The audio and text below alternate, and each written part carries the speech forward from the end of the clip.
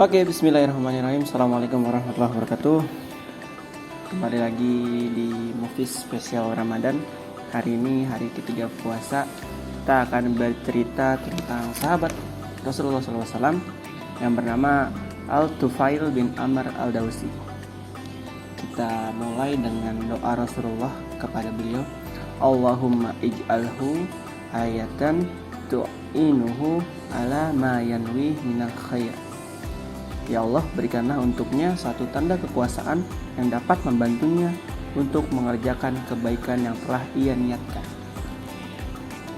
Al-Tufail bin Amr Al-Dawsi adalah pemimpin kabilah Daus pada masa jahiliyah. Dia adalah salah satu sosok pemuka Arab yang berpengaruh dan salah satu tokoh yang terhormat. Tungku tidak pernah diturunkan dari perapian baginya, dan tidak ada pintu yang tertutup baginya. Ia gemar memberi makan orang yang lapar, memberi rasa aman bagi orang yang ketakutan, dan melindungi orang yang memohon perlindungan. Ditambah lagi, dia adalah sosok yang beradab, cerdas, pintar, dan ia adalah seorang penyair yang memiliki perasaan yang peka dan lembut. Dia amat mengerti dengan manis pahitnya pembicaraan, sehingga kalimat yang diucapkannya mengandung bobot magis yang mendengarnya. Al-Tufail ini kayak selebriti lah, atau pemimpin di kabilah tersebut. Al-Tufail mengisahkan, saat aku tiba di Mekah, begitu para pemimpin Quraisy melihatku, mereka mendatangiku dan mereka menyambutku dengan begitu mulia. Dan mereka memposisikan diriku dengan begitu terhormat. Lalu, para pemimpin dan pembesar mereka berkata kepadaku, "Ya Tufail, engkau telah datang ke negeri kami, dan seorang yang ada di sini yang mengaku bahwa dia seorang nabi yang telah merusak urusan dan mencerai-berai persatuan serta jamaah kami. Kami khawatir ya Tufail, ia dapat mengganggumu dan mengganggu kepemimpinanmu. Sebagaimana yang telah terjadi pada diri kami, maka janganlah engkau dengar pembicaraannya, dan jangan juga engkau bicara kepadanya. Jangan engkau dengar apapun, pokoknya jangan percaya omongan dari Nabi. Sebab ia memiliki ucapan seperti seorang penyihir yang dapat memisahkan antara seorang anak dari ayahnya, antara seorang saudara dari saudaranya, dan antara seorang istri dari suaminya." Al-Tufail berkata, "Demi Allah, mereka menceritakan kepadaku tentang keanehan kisah Muhammad. Mereka membuat diriku dan kaumku menjadi takut dengan keajaiban perilaku Muhammad. Sehingga aku pun bertekad untuk tidak mendekat kepadanya dan untuk tidak berbicara ataupun mendengar apapun darinya." Singkat cerita, Al-Tufail datang ke masjid untuk beribadah kepada berhala. Melihat ada Muhammad di sana, Tufail mengenakan tutup telinga agar tidak tertular sihir dari mulut Muhammad yang disampaikan oleh orang Quraisy tadi. Tufail melihat Muhammad sedang sholat, namun sholatnya beda dengan yang biasa ia lakukan. Sungguh, ia sangat menikmati pemandangan indah. Dan tidak terasa, setelah melihat ternyata dia begitu dekat dengan Muhammad. Dalam hatinya dia berkata, "Celakalah engkau wahai Tufail, engkau cerdas, engkau penyair yang bijaksana dan bisa menentukan mana yang benar dan mana yang salah." Tufail masih diam, hingga akhirnya dia mengikuti Rasul secara tidak sadar sampai Rasul masuk ke rumahnya. Sampai akhirnya dia bilang, "Ya Muhammad, kaummu menceritakan tentangmu begini, begini dan begitu.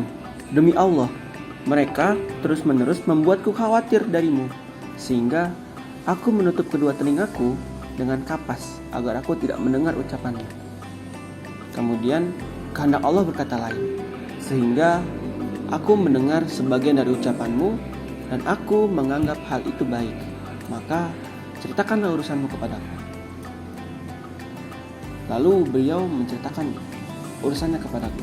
Beliau juga akhirnya membacakan surat Al-Ikhlas dan Al-Falaq. Demi Allah, aku tidak pernah mendengar sebuah ucapan yang lebih baik daripada ucapan beliau, dan aku tidak pernah melihat urusan yang lebih lurus daripada urusannya. Pada saat itu, dengan bentangan tanganku kepadanya, aku bersaksi bahwa tiada Tuhan selain Allah dan bahwa Muhammad adalah utusan Allah. Dan akhirnya aku pun masuk Islam. Al-Tufail berkata, "Aku tinggal beberapa lama di Mekah untuk mempelajari Islam. dan aku selama itu menghafal beberapa ayat Al-Quran yang sangat mudah bagiku tentunya.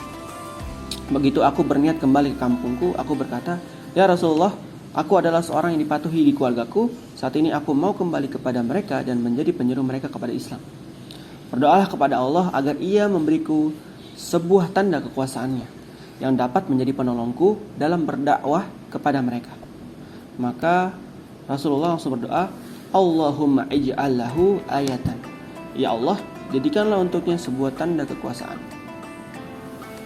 Hingga akhirnya Tufail balik ke kampung halamannya dan Tufail mengislamkan seluruh keluarganya, dari ayah, istri, dan anaknya tanpa lama. Kemudian Tufail berhasil mengislamkan 80 orang dari kaumnya hingga akhirnya untuk menjadi bagian dari tentara Rasulullah SAW.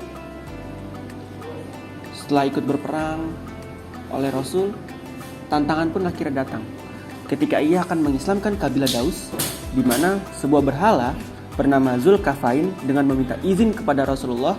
Akhirnya Tufail berangkat bersama pasukannya. Sesampainya di depan berhala Zulkarnain, dia berkata, "Wahai Zulkarnain, aku bukanlah termasuk penyembahmu. Kami lahir lebih dahulu daripada dirimu. Aku akan mengisi api dalam hatimu. Sering api melahap berhala tersebut, maka terlahap juga kemusyrikan yang ada di kabilah Daus. Seluruh kaumnya masuk ke dalam Islam dan mereka melaksanakan keislamannya dengan baik." Singkat cerita, sampailah ia pada masa kekhalifahan Abu Bakar. Al-Tufail menjadi panglima dan akan berangkat ke Al-Yamamah untuk memerangi Musailamah Al-Kahzab. Saat perjalanan, ia bermimpi dan mengatakan ini kepada para sahabat, "Kepalaku dicukur, anakku mengejarku, dan ada seorang wanita yang memasukkanku ke dalam perutnya." Para sahabat bilang, "Mungkin itu akan membawa kebaikan padamu." Lalu Al-Tufail bilang, "Demi Allah, aku telah mencoba mentakwilkan mimpiku. Adapun kepalaku yang tercukur itu berarti bahwa ia akan terpotong. Sedangkan burung yang keluar dari mulutku, maka itu adalah ruhku. Adapun wanita yang memasukkan aku ke dalam perutnya adalah bumi di mana aku dikuburkan. Aku berharap dapat terbunuh sebagai syahid. Sedangkan anakku yang mengejar diriku, itu berarti bahwa ia akan juga mencari kesyahidan, seperti yang akan aku dapatkan jika Allah mengizinkannya. Akan tetapi ia akan mendapatkannya pada kesempatan selanjutnya." Hingga akhirnya pada perang Al-Yamamah, seorang sahabat agung, Al-Tufail bin Amir Al-Dawsi, syahid di medan perang. Dan anaknya Amr terus mencari hingga bertemu di perang Yarmuk. Amr kemudian syahid di medan perang. Dari cerita At-Tufail Al-Amir Al-Dawsi ini, kita bisa menyimpulkan bahwa seseorang yang punya bargaining posisi yang baik, punya public speaking yang baik, dapat dengan mudah mengajak seluruh keluarganya, mengajak kaumnya untuk masuk ke dalam Islam dan menyebarkan dakwahnya dengan seluas-luasnya, dan dikasih hadiah oleh Allah berupa syahid di medan perang. Semoga Allah merahmati Al-Tufail bin Amir Al-Dawsi. Dia adalah seorang syahid dan ayah dari seorang syahid. Semoga Allah tempatkan beliau di surganya. Sekian cerita tentang Al-Tufail bin Amir Al-Dawsi. Kurang lebihnya mohon maaf. Bila taufiq wal hidayah, wassalamualaikum warahmatullahi wabarakatuh.